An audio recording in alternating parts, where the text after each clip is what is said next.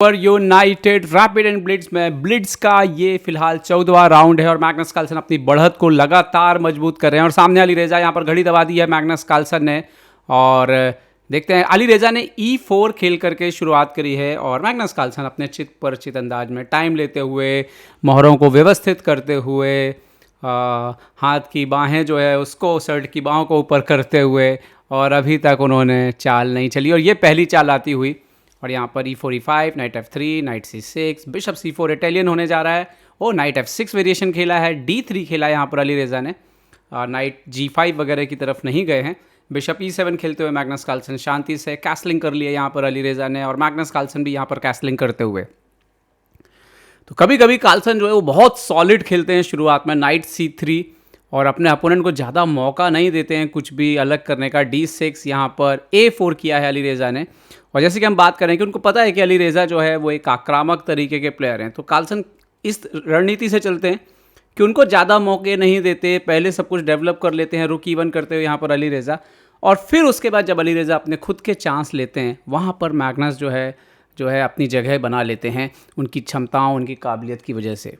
और यहाँ पर बिशप आता हुआ E6 पर, और देखते हैं कि अली रेजा की जो है वो अगली चाल यहाँ पर क्या आएगी, क्या बिशप इंटू E6 मारेंगे या और कुछ करने वाले हैं। नाइट आता हुआ यहाँ पर D5 पर, तो अब क्या हम करने की सोच रहे हैं यहाँ पर। आप देखिए D5 पर एक चीज़ है कि अभी वो बिशप नाइट इंटू E7 भी मार सकते हैं, बट अगर आप उस पोजीशन को ध्यान से देखेंगे तो वो जो बिशप है E7 पर रखा हुआ वो एक तरह से बैड बिशप है, तो कार्लसन को उससे कोई दिक्कत जो है परेशानी नहीं है। और नाइट D5 का जवाब यहाँ पर मैग्नस कार्लसन देखते हैं कैसे देते हैं। यहाँ पर एक और तरीका हो सकता है, आप इस नाइट को पीछे हटा लेते हैं। सबसे पहले कार्लसन ने किया है H6 और G5 के स्क्वायर को कंट्रोल किया है ताकि नाइट G5 या बिशप G5 जैसी चालों से जो है वो बचा जा सके शायद तक।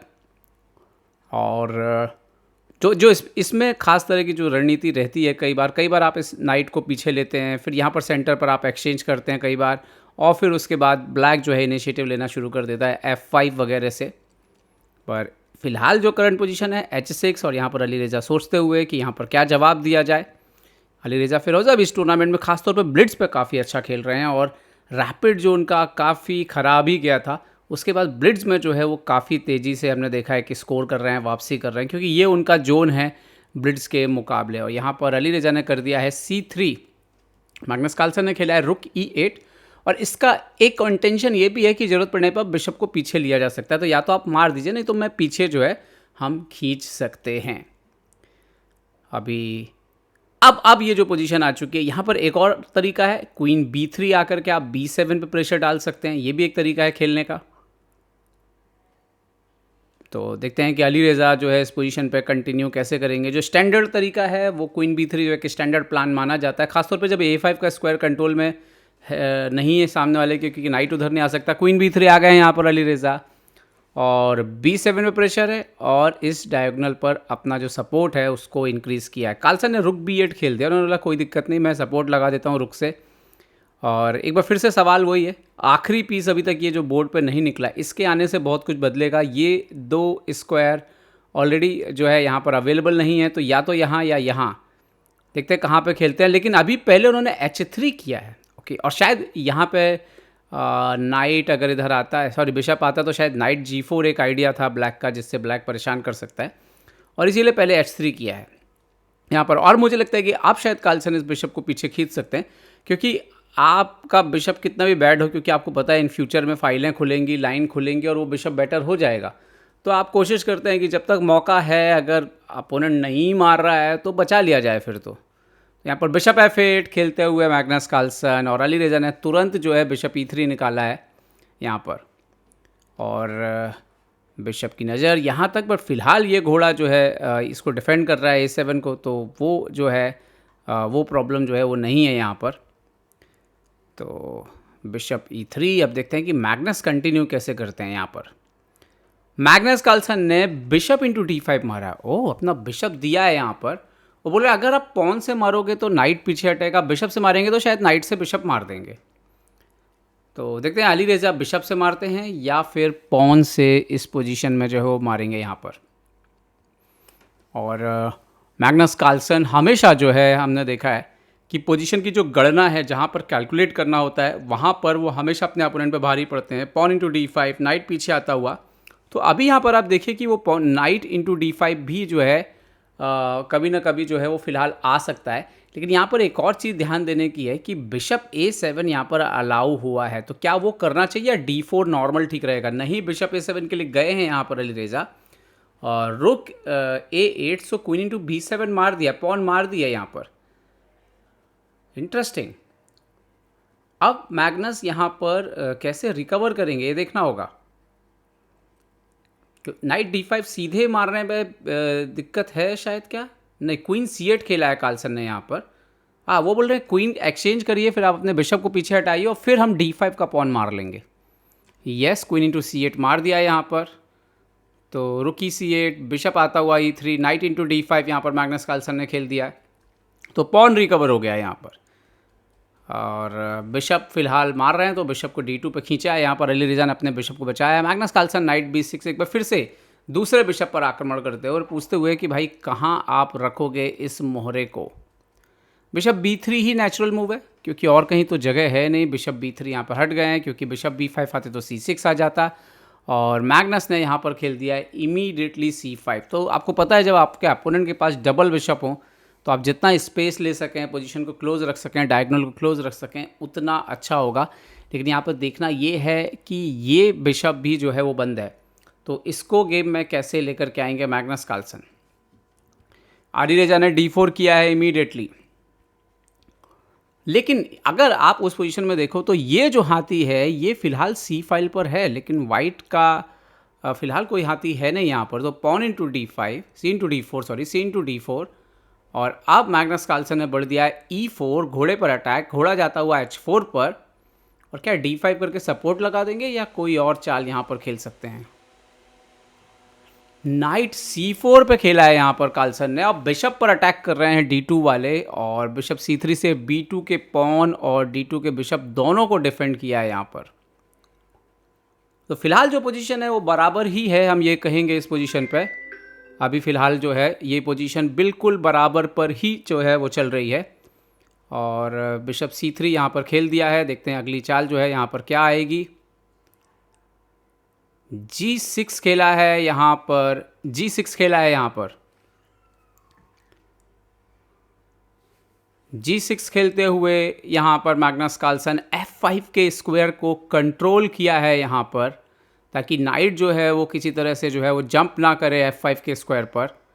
और अब देखना है कि यहाँ पर G3 किया है उन्होंने। अच्छा, ओके, तो अब ये नाइट को मुझे लग रहा है कि शायद जो नाइट का रास्ता बंद हुआ है उसको यहाँ से यहाँ या यहाँ से यहाँ लाने की कोशिश कर सकते हैं यहाँ पर अली रेजा। मैग्नस कार्लसन यहाँ पर बिल्कुल हैं, ठीक है पोजीशन, बिल्कुल आप कह सकते हो कि उनके पास एक पास्ट पॉन है, थोड़ा स्लाइड बेटर कह सकते हो, क्योंकि कभी भी अगर ब्लैक चाहे तो D5 खेल के ये स्ट्रक्चर को सॉलिड कर सकता है। इन द सेम टाइम आपको A5 के पॉन का ध्यान रखना है, क्योंकि आप रुक B8 वगैरह अगर खेलोगे तो यहाँ पर बिशप C4 मार के बिशप A5 आ सकता है, तो थोड़ा सावधान जरूर रहना है। हालांकि उस पर भी आप देखोगे तो रुक B2 तक की एंट्री मिलेगी, काफ़ी सारे एरो बन गए यहाँ पर, सो मैं एरो को हटा देता हूँ। G3 खेला है लास्ट मूव, और मैग्नस कार्लसन मेरे ख्याल से इस बार काफ़ी टाइम ले रहे हैं, और टाइम जो है उनका 1 मिनट के आसपास पहुँच गया है अभी। नाइट यहाँ पर खेल दिया है D5 पर मैग्नस कार्लसन। तो ये देखिए, ये एक कला आप देखिए कि किस तरीके से फिलहाल कार्लसन जो है इस पोजीशन को डील कर रहे हैं। और अभी वो देखिए E4 का ये जो पीस है, पॉन E4 जो है वो ऑफर कर रहे हैं, क्योंकि नाइट इंटू C3 यहाँ पे गुड मूव है, और BC3 पे नाइट D2 आ रहा है, तो ट्रैप लगा हुआ है एक्चुअली में। तो ये बहुत ही खूबसूरत चाल है। जब अपोनेंट के पास बिशप है तो आप पोजीशन को एकदम से ना तो क्लोज कर रहे हो ना ओपन कर रहे हो, और अपनी समझ के हिसाब से आप अपने मोहरों को इस्तेमाल कर रहे हो। और ये आपको दिखेगा किसी भी और खिलाड़ी और मैग्नस कार्लसन के खेल में अंतर, जब वो एक तरह से अकेले 2 नाइट से 2 बिशप का मुकाबला कर रहे हैं, क्योंकि उनका जो डार्क बिशप है अभी बंद है, अपोनेंट का जो एक नाइट है वो आउट ऑफ प्ले है। तो फिलहाल बोर्ड पर अगर हम देखें तो centre of the board 2 night जो हैं मैग्नस कार्लसन के, वो 2 बिशप का यहाँ पर मुकाबला कर रहे हैं। तो this is very interesting fact, और देखते हैं कि क्या यहाँ पर जो है वो हो सकता है। यहाँ पर रुक आया है, यहाँ पर C1 पर रुक A C1 पर आया है, और अगली चाल जो है, अब देखते हैं कि अगली चाल यहाँ पर क्या आती है। मैग्नस कार्लसन ने खेल दिया है यहाँ पर रुक B8 और बिशप पर आक्रमण किया है। ओके, बिशप जाता हुआ A2 पर, और अभी B2 का पॉन अभी आप नहीं मार सकते हो। देखो वही bishop, night into B2, bishop B2, रुक B2 पर रुक C8 आ रहा है, और जैसे भी आप नाइट, तो ये एक इंटरेस्टिंग चीज़ है। और फिर ये बिशप, ये नाइट हैंगिंग है, तो ये सब कुछ इतना आसान नहीं है टेम्पो। तो नाइट इंटू C3 मार दिया पहले, rook into C3, and now Magnus Carlsen देखते हैं अगली चाल क्या करेंगे आप। अभी मुझे लगता है कि शायद D5 खेलेंगे एक बार, क्योंकि नाइट को सपोर्ट लगाना बहुत ज़रूरत है। तो सबसे पहले तो आपको नाइट को सपोर्ट लगाना होगा। नाइट B2 पे जाना ठीक होगा कि नहीं, क्योंकि E4 का पॉन भी मर रहा है। तो यस, D5 पहले इंपॉर्टेंट है, सपोर्ट लगाना E4 पे भी और C4 के नाइट पर भी। अच्छा, यहाँ पे बिशप C4 अगर आप मारते हैं तो बिशप C4, पॉन C4 पे रुक E4 है, रुक C4 DC4 पर जो है रुक इंटू E4 है, तो और फिर रुक B2 भी आ रहा है, तो वो थोड़ा सोच समझ के खेलना पड़ेगा। अलीरेजा ने रुक E2 ही खेला है, बट ये पोजीशन जो है ये कार्लसन के लिए बेटर हो रही, क्योंकि ओनली मूव यही था सबसे अच्छा, शायद बिशप C4 ही सबसे अच्छा था, उसमें ही ज़्यादा बेहतर चांसेस थे। लेकिन अभी जो उन्होंने स्लो डाउन किया है रुक E2, अब ये देखना है कि कार्लसन कंटिन्यू कैसे करें। कार्लसन ने अपने बिशप को इंप्रूव किया और D4 का जो पॉन है उससे सवाल पूछ लिया भाई। बिशप C4, रुक C4, और अब देखना ये है कि किससे मारेंगे। रुक into C4, pawn into C4, रुक इंटू E4, नहीं मारा उन्होंने। ओह, रुक इंटू E4 नहीं मारा, और ये तो शायद नुकसान कर लिया अपना। मैग्नस कार्लसन ने खेला है रुक B3 यहाँ पर, और अब उनकी चाल है रुक D3 आकर के यहाँ पर, और फिर ये दो पॉन जाएंगे दोनों के दोनों। नाइट को पीछे लिया मैग्नस कार्लसन, रुक D3, रुक CT, बिशप D4, और यहाँ पर अलीरेजा मेरे ख्याल से काफ़ी मुश्किलें बढ़ गई हैं। किंग F1 खेल दिया है, लेकिन काफ़ी अच्छी पोजीशन मैग्नस कार्लसन के जो है अब फेवर में यहाँ पर आ चुकी है। और देखना यह है कि अगली चाल जो है वो क्या होने वाली है। F5 यहाँ पर मैग्नस ने किया है, लेकिन इंजन को ये चाल पसंद नहीं आ रही। इंजन के हिसाब से C3 खेल देना चाहिए था।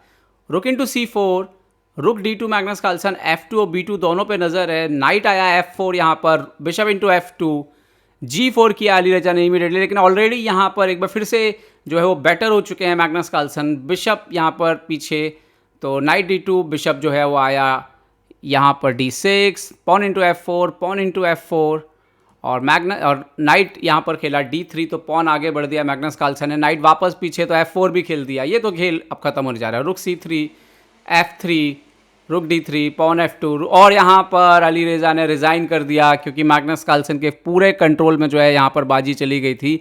मैं आपको एक पोजीशन जो दिखाना चाहूँगा जहाँ पर कंप्यूटर ने जो है वो इक्वल कह दिया था पोजीशन को। ये पोजीशन पे यहाँ पर जब मैग्नस ने F5 खेला, यहाँ पर बेस्ट मूव C3 था, बट एनीवे इसके बाद क्या हो रहा था एक्चुअली में, जब रुक D2 आया यहाँ पर, तो बेस्ट मूव जो था वो था नाइट E3, ना कि नाइट F4, और इससे पोजीशन बैलेंस बनी रह सकती थी, क्योंकि रुक B2 भी अगर आप खेल नहीं सकते क्योंकि ये मर रहा है, और अगर आप यहाँ पर सॉरी नॉट हेयर, और अगर आप नाइट E3 पे बिशप B2 मारने के लिए जाते हैं तो रुक C6 के बाद ये पोजीशन इक्वल हो सकती थी। खैर, मैग्नस कार्लसन ने शानदार शतरंज खेली और अंततः खेल जो है वो अपने नाम कर लिया। बधाई मैग्नस कार्लसन को, टूर्नामेंट में सबसे आगे बने हुए हैं।